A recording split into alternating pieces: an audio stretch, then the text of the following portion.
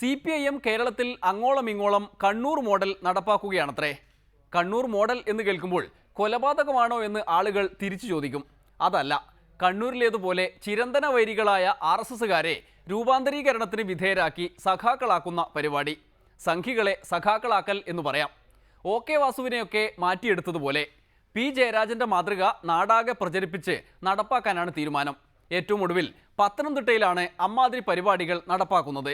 BJPയുടെ സംസ്ഥാന സെക്രട്ടറിയായിരുന്ന AG ഉണ്ണികൃഷ്ണൻ ഉൾപ്പെടെയുള്ളവരെ പാർട്ടിയിലേക്ക് സ്വീകരിക്കാൻ കോടിയേരി ബാലകൃഷ്ണൻ തന്നെ നേരിട്ടെത്തി. ഉണ്ണികൃഷ്ണനാണെങ്കിൽ BJPയോട് താത്വികമായ നിലപാട് വൈരുദ്ധ്യം കൊണ്ടല്ല പാർട്ടി വിട്ടതും, കേരള നേതൃത്വത്തിൻ്റെ ചില ഏർപ്പാടുകളോടുള്ള വിയോജിപ്പ് കൊണ്ട് മാത്രമാണ്. ഉണ്ണികൃഷ്ണന്റെ ഉശിരി കണ്ടയുടനെ കോടിയേരി പിടിച്ചിരുത്തി നാരങ്ങാ വെള്ളവും കൊടുത്ത് സ്വീകരിച്ചു കളഞ്ഞു.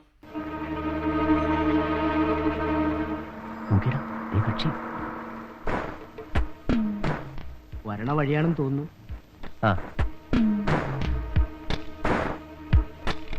ഭാരതീയ ജനതാ പാർട്ടിയുടെ പ്രവർത്തനം അവസാനിപ്പിച്ച് സ്വസ്ഥം ഗ്രഹഭരണം എന്ന രീതിയിൽ ഇരുന്നപ്പോഴാണ് CPMന്റെ ജില്ലാ സെക്രട്ടറി ശ്രീമാൻ ഉദയഭാനു എന്നെ സമീപിച്ച് പറഞ്ഞു, നിങ്ങൾക്ക് വിശ്രമിക്കാൻ സമയമായിട്ടില്ല, തുടർന്നുള്ള പ്രവർത്തന കാലഘട്ടം നിങ്ങൾക്ക് പ്രവർത്തിക്കുവാൻ ഈ പ്രസ്ഥാനം നിങ്ങൾക്ക് അവസരമൊരുക്കും, നിങ്ങൾ ഞങ്ങളോട് സഹകരിക്കണമെന്ന് അദ്ദേഹം അഭ്യർത്ഥിക്കുകയുണ്ടായി.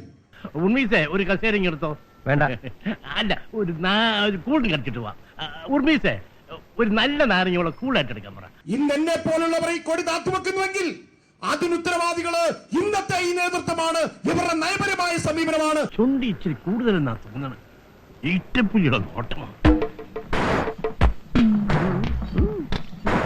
കഴിഞ്ഞ 2 ദിവസമായി നമ്മുടെ നേതാക്കന്മാർ ജില്ലയിൽ ഓട്ടമാ ഓരോരുത്തരും പോയി കാണുക, കാലി പിടിക്കുക, എല്ലാ തെറ്റും പറക്കണം. നിങ്ങൾ എങ്ങ് പോകരുത്. ഇപ്പോഴാണ് മനസ്സിലായ AG ഉണ്ണികൃഷ്ണൻ പോയാൽ കുറച്ചാള് കൂടെ പോകാനുണ്ടെന്ന്.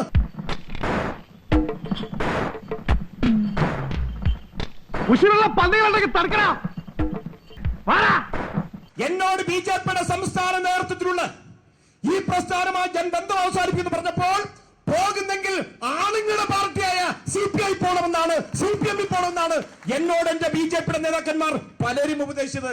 അവരുടെ ഒന്നും പേര് ഞാൻ പറയുന്നില്ല.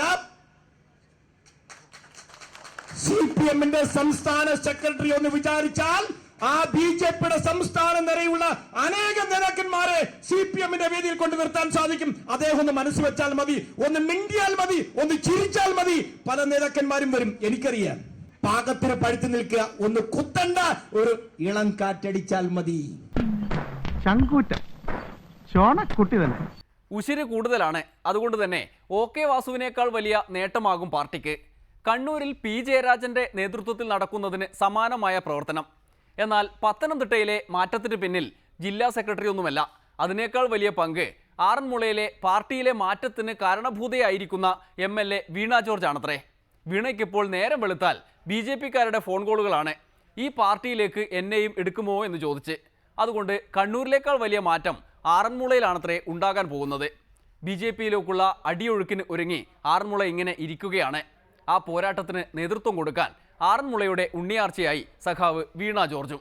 മെയ് 16-ാം തീയതി നടന്ന നിയമസഭാ തെരഞ്ഞെടുപ്പിൽ ശരിപക്ഷമെന്ത് എന്ന് ബോധ്യപ്പെട്ട പത്തനംതിട്ടക്കാർ ചുറ്റികയറിവാൾ നക്ഷത്രം ചിഹ്നത്തിൽ വോട്ട് രേഖപ്പെടുത്തി ഇടതുപക്ഷ ജനാധിപത്യ മുന്നണിയെ വിജയിപ്പിച്ച് ആറന്മുളയിലും പത്തനംതിട്ടയിലും ചെങ്കൊടി പാറിച്ചതിന് ശേഷം ഈ ചെങ്കൊടിക്ക് കീഴിലേക്ക് നൂറുകണക്കിന് ആയിരക്കണക്കിന് ആളുകൾ ഒഴുകിയെത്തുകയാണ്.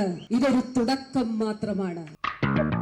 എവിടെയോ എന്തോ ഒരു തകരാറ്. ആറന്മുള നിയോജക മണ്ഡലത്തിൽ നിന്ന് ദിവസം 1 കോളെങ്കിലും കൂടുതലും സ്ത്രീകൾ ഞങ്ങൾക്ക് CPIMൽ അംഗമാകണം എന്ന് പറഞ്ഞ് എന്നെ വിളിക്കാറുണ്ട്.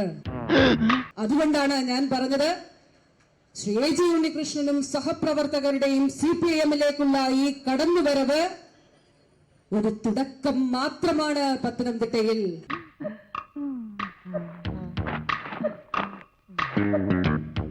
BJPയിൽ RSSൽ ഒരു ഉരുൾപൊട്ടൽ ആരംഭിച്ചു കഴിഞ്ഞു.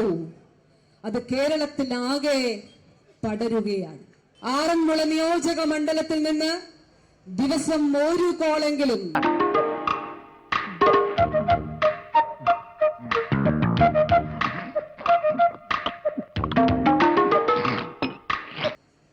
കൂടുതലും സ്ത്രീകൾ ഞങ്ങൾക്ക് CPIM-ൽ അംഗമാകണം എന്ന് പറഞ്ഞ് എന്നെ വിളിക്കാറുണ്ട്.